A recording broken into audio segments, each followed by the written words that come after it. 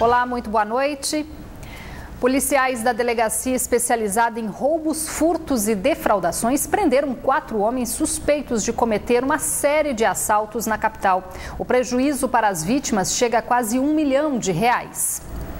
De acordo com a polícia, Rales Moura Pereira, de 28 anos, Rubens de Souza Lopes, de 26, Rogério Gomes de Souza, de 31 anos e Francisco da Costa Araújo, de 23, são acusados de pelo menos 3 assaltos nos últimos 45 dias. A quantia subtraída por eles está avaliada em R$800 mil. Eles agiam, dois chegavam armados, enquanto outros ficavam nos arredores, fazendo a segurança. E depois que roubavam as vítimas, saíam em fuga com motos, motocicletas roubadas, inclusive apreendidas aí pela equipe da DRF. E na zona leste de Manaus faziam a distribuição das joias e do dinheiro. Em um dos assaltos ocorrido na última terça-feira, em uma joalheria no bairro São Francisco, os acusados teriam levado pelo menos R$380 mil entre dinheiro e joias. Só este relógio de ouro que foi recuperado pela polícia é avaliado em R$150 mil. A polícia chegou até a quadrilha porque durante as investigações eles identificaram este veículo que era usado pelos assaltantes durante as ações criminosas. Eles foram abordados em via pública na zona leste de Manaus em poder de 2 armas de fogo. Nós prendemos eles dia 17, por volta de 20 horas, na Bola do Armando Mendes, onde os 4 estavam dentro do veículo Corsa sedã, cor prata, proveniente de um crime realizado em 2 de fevereiro. Todos os suspeitos já têm passagem pela polícia. Um dos líderes da quadrilha, conhecido como Rubinho, foi preso em abril do ano passado, depois de roubar 22 mil de uma loja de variedades. E na fuga ainda fez uma pessoa refém. Ele só cedeu a negociação para a polícia depois da chegada da imprensa e da mulher. Os 4 suspeitos foram indiciados por roubo majorado e organização criminosa. Em menos de um ano, um deles já estava solto, Na noite desta quarta-feira, os vereadores de Coari elegeram os integrantes da nova mesa diretora do município para o próximo biênio. Como o prefeito eleito de Coari, Adail Pinheiro, está afastado desde fevereiro do ano passado, quando foi preso sob acusação de favorecimento à exploração sexual infantil, e o vice dele, Igson Monteiro, renunciou ao cargo no mês passado, o novo presidente da Câmara já assume o comando da prefeitura de Coari interinamente. Os detalhes com Neto Cavalcante. A eleição da nova mesa diretora da Câmara Municipal de Coari causou uma verdadeira tensão lá no município na noite desta quarta-feira. Centenas de pessoas foram para a frente da Casa Legislativa Municipal para acompanhar a decisão que apresentou também o novo prefeito interino de Coari, já que o prefeito eleito, Adail Pinheiro, está afastado porque está preso e o vice dele, Igson Monteiro, renunciou ao cargo. Dos 15 vereadores do município, apenas 8 compareceram à sessão. A votação iniciou por volta das 8 horas da noite e elegeu o vereador Iranilson Medeiros, do Partido Democratas, como novo presidente da Câmara do município. O vereador Salustiano Júnior, do PMDB, é o vice-presidente. Keiton Pinheiro, do PHS, sobrinho de Adail Pinheiro, é o segundo vice-presidente. E o vereador do PMN, Raimundo Nonato Coelho, que presidiu a sessão ordinária, é o primeiro secretário. Iranilson Medeiros já sentou na cadeira do chefe do Executivo Municipal esta manhã e já reuniu os secretários para ficar por dentro da situação do município, que é crítica. Nesta quarta-feira, pouco antes da eleição da nova mesa diretora da Câmara Municipal de Coari, uma manifestação de caçambeiros percorreu as principais ruas da cidade em forma de protesto por conta da falta de pagamentos que deveria ser efetuado pela Prefeitura do município. Neto Cavalcante para o Band Cidade. E esse mandato interino do vereador Iranilson Medeiros na Prefeitura de Coari pode não durar muito tempo. Isso porque o acórdão do Superior Tribunal Eleitoral, que impugnava o registro de candidatura de Adail Pinheiro e de Igson Monteiro, já foi publicado no Diário Eletrônico da Justiça. E como Adail não teve mais de 50% dos votos válidos na eleição de 2012, com a cassação, o segundo colocado nas eleições, Raimundo Magalhães, do PRB, que teve 28,54% dos votos, deve ser empossado no cargo pelo Tribunal Regional Eleitoral, mas a decisão do TSE ainda cabe recurso. Com o objetivo de fortalecer a produção, formação e difusão cultural na cidade, a Prefeitura de Manaus lançou esta manhã 3 editais voltados para o segmento. O investimento chega a R$3 milhões. Para esse MC, a cultura hip hop que se espalhou no mundo inteiro aqui também é um exemplo de gênero musical onde os movimentos ainda lutam para ganhar mais espaço e transmitir os problemas sociais. A gente já faz esse trabalho há muito tempo de socialização. A partir de agora, o hip hop aqui também pode ser mais valorizado com incentivos. Entre os editais lançados na capital está o primeiro para a cultura hip hop no norte do país, entre os projetos voltados às mais diversas linguagens e expressões artísticas culturais na cidade para fortalecer a produção, formação e difusão cultural. A proposta também tem como objetivo contemplar pesquisas culturais de artistas consolidados ou de novos talentos de Manaus. Os investimentos de mais de R$3 milhões foram anunciados na manhã de hoje no Salão Nobre do Paço da Liberdade, no Centro Histórico. O prefeito disse que essa é apenas a primeira etapa do projeto. A ideia de se popularizar a cultura na afirmação cultural de Manaus com ênfase, inclusive aspectos que são muito interessantes. Os editais devem alcançar o maior número de projetos premiados. Levar cultura a todos os cantos da cidade e diversos outros pontos que estão tipificados no edital. São projetos que a classe artística traz apresenta. Para esse músico e compositor, o incentivo torna viável os anseios dos artistas. Devolve a Manaus a possibilidade do fazer artístico, que a cada vez vai nos identificando dentro desta paisagem. A Secretaria de Saúde do Estado elaborou uma nova caderneta que deve facilitar o acompanhamento das gestantes na rede pública de saúde. O objetivo é minimizar as complicações durante a gravidez, estimulando os exames do pré-natal. Lilian está no 8º mês de gestação. Mamãe de primeira viagem, ela não esconde a ansiedade e, por isso mesmo, tenta seguir à risca todos os conselhos dados pelo médico e já espera que na próxima consulta receba a caderneta da gestante. Essa caderneta vai ajudar muitas pessoas a ser como é uma de primeira viagem, a se estruturar bem. Vai trazer bastante informação, assim, que a gente vai parar para ler, reler e refletir o que a gente está passando na nossa gestação. A caderneta que ela fala é esta aqui, que vai ser disponibilizada para as gestantes nas unidades básicas de saúde. O diferencial dela é que, além de conter informações para as mamães, traz também um espaço destinado para os profissionais da saúde. Assim como a unidade preenche os campos das novas consultas da gestante, a gestante também ela tem um campo que ela preenche para cada consulta, se ela tem alguma dúvida com relação ao pré-natal, com relação ao atendimento, com relação aos exames, traz informação da questão social dessa grávida. Informações que podem fazer toda a diferença para a saúde da mãe e da criança. De acordo com o Ministério da Saúde, 80% dos óbitos de mulheres grávidas são por causas evitáveis. Geralmente, elas não fazem um acompanhamento adequado, não fazem o pré-natal. Desde o começo do ano até o início deste mês, estão assistidas em todo o estado cerca de 24.688 gestantes. Todas elas vão receber a nova caderneta. Estamos trabalhando com a Rede Cegonha, há aproximadamente 3 anos, para fortalecer os nossos serviços na questão hospitalar e na questão também do pré-natal. A estimativa da Secretaria Estadual de Saúde é de que neste ano nasçam mais de 76 mil amazonenses.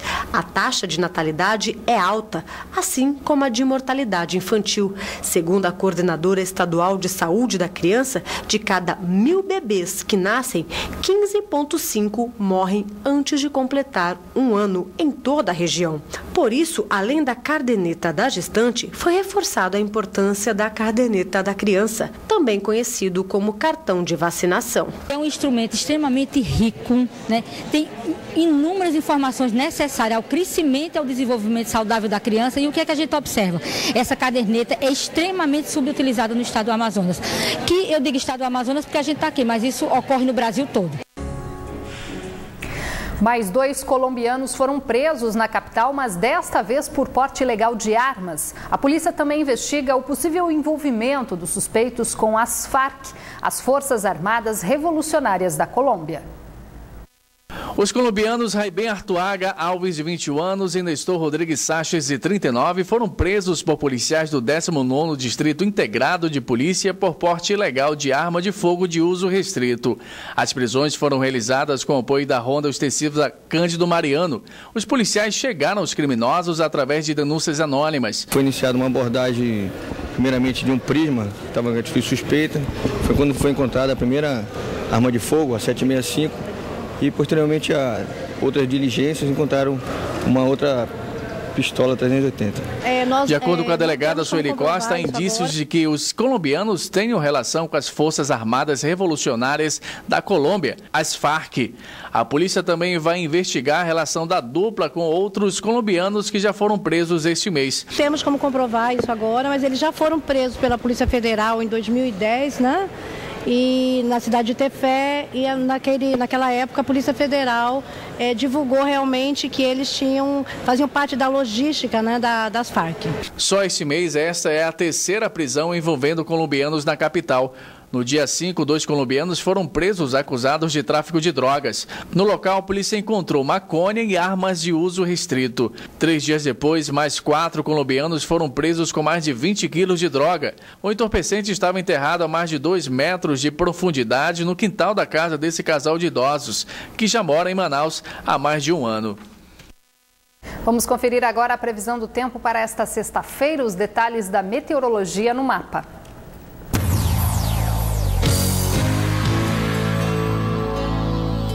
Em Anori, a previsão é de muitas nuvens, com pancadas de chuva e trovoadas. As temperaturas variam entre 25 e 29 graus. Em Careiro da Várzea, o tempo fica encoberto, com chance de chuviscos. As temperaturas variam entre 24 e 28 graus. Em Manaus, a sexta-feira tem previsão de muita nebulosidade e chuva fraca em pontos isolados. Mínima de 24 e a máxima não passa dos 27 graus.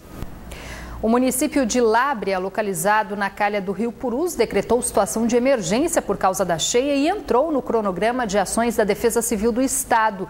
No Rio Madeira, o município de Humaitá saiu da cota de emergência e agora está em alerta. Em Manaus, um pesquisador do INPA utiliza um cálculo matemático que prevê que nível deve atingir a cheia este ano e qual vai ser o impacto dela aqui na capital. Em Lábrea, 2.462 famílias já foram afetadas pela cheia do Rio Purus e a cidade é a 10ª a decretar situação de emergência.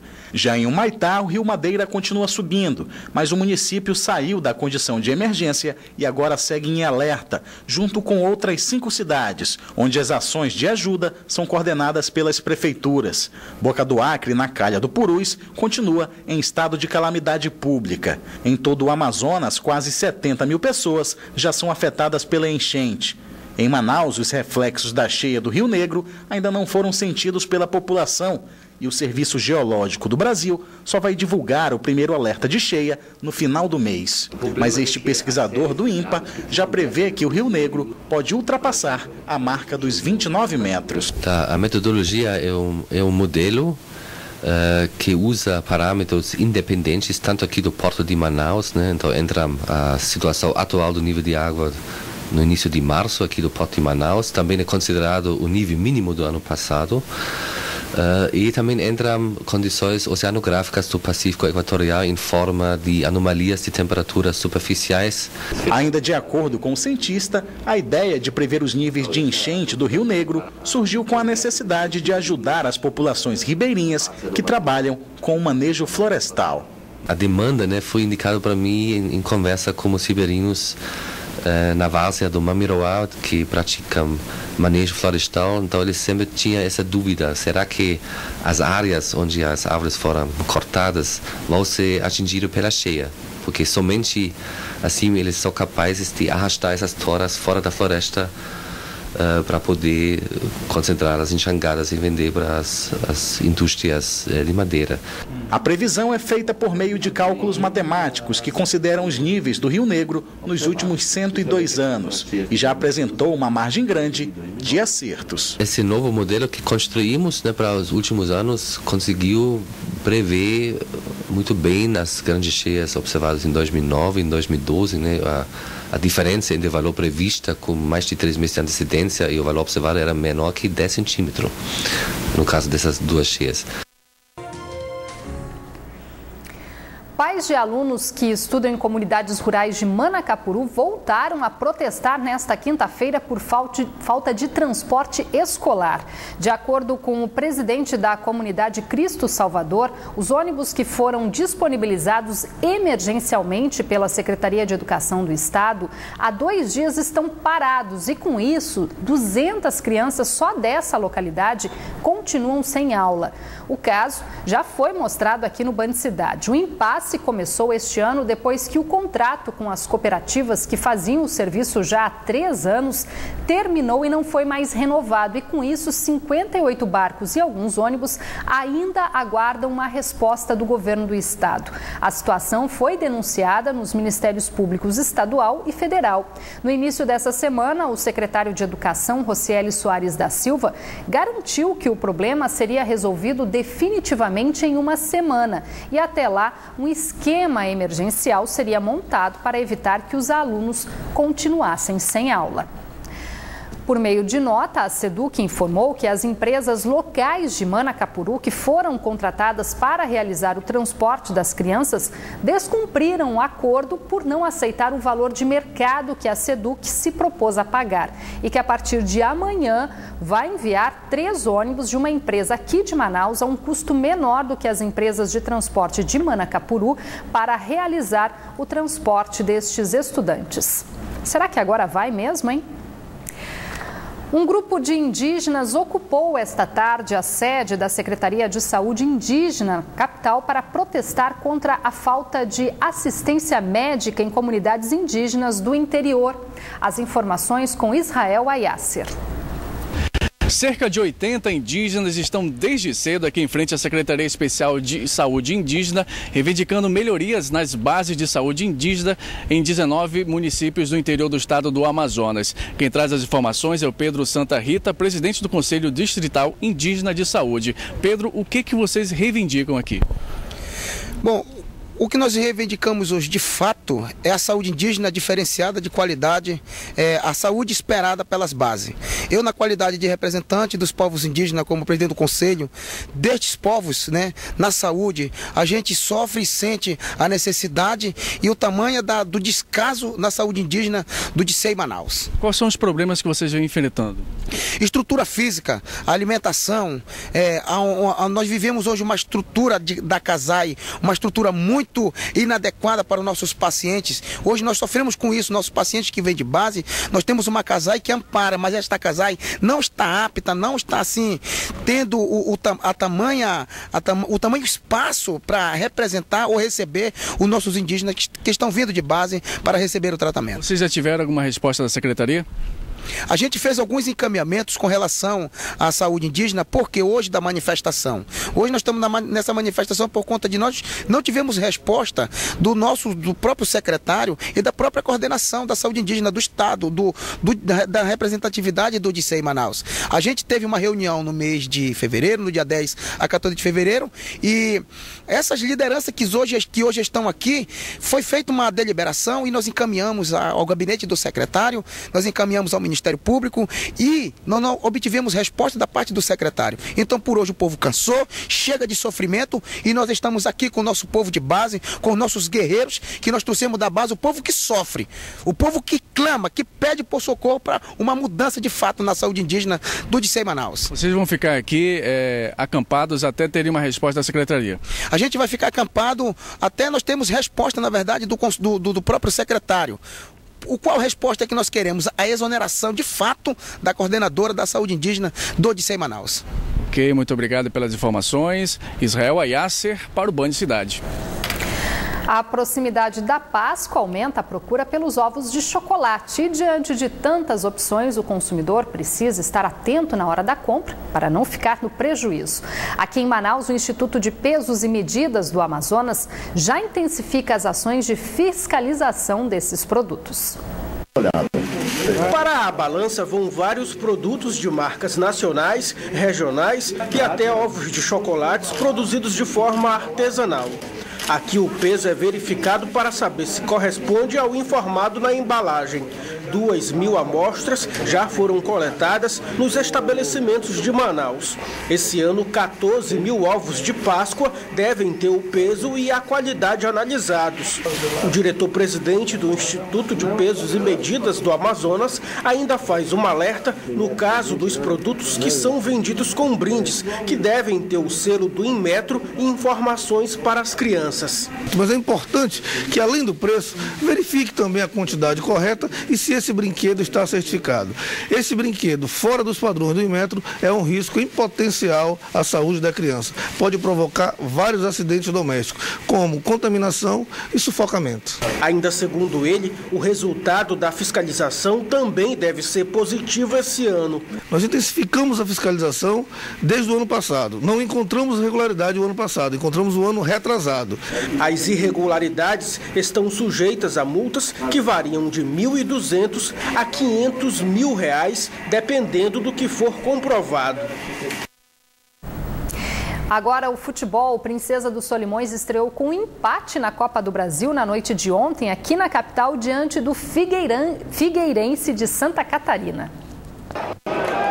No início do primeiro tempo, o Figueirense teve mais posse de bola. Já o Princesa ficou com o time fechado na defesa.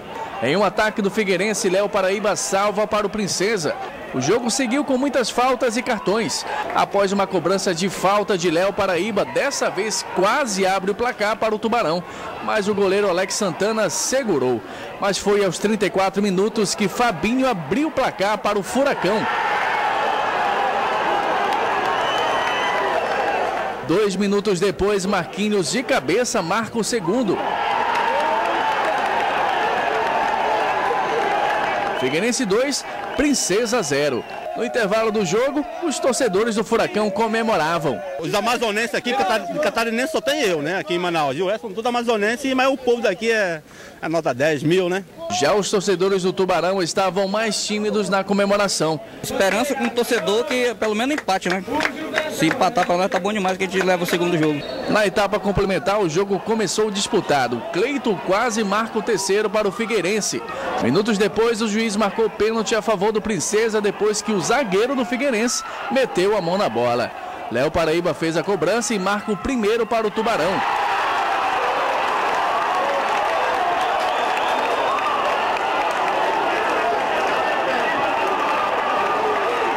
O jogo seguiu com muitas faltas que acabaram com a expulsão do atacante Dudu, depois dessa dividida de bola com o goleiro Rasfran.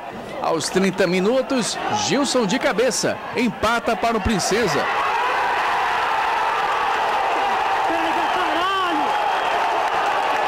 E o jogo terminou assim: Princesa 2, Figueirense também 2. Com o resultado, Princesa dos Solimões segue na competição e já prepara as malas para receber no jogo de ida o Figueirense no dia 1º de abril em Florianópolis.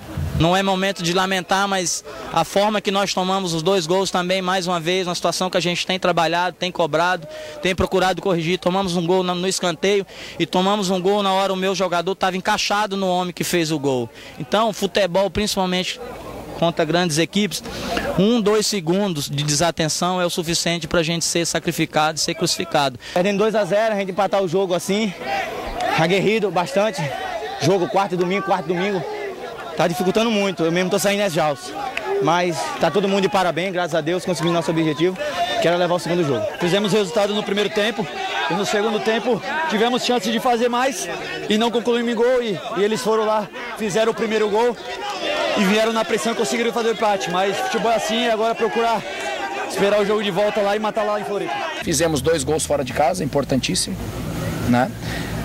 Temos um jogo de volta lá na nossa casa, no nosso campo, né, que é maior, com a dimensão maior, né, com a gramado ainda mais a gente acostumado perante o nosso torcedor. Torcer aí pro Princesa, né? O Band Cidade fica por aqui. Você pode rever esta edição pela internet no site band.com.br/Amazonas. Fique agora com as notícias do Brasil e do mundo. Jornal da Band, uma boa noite para você. A gente volta a se encontrar amanhã. Até lá.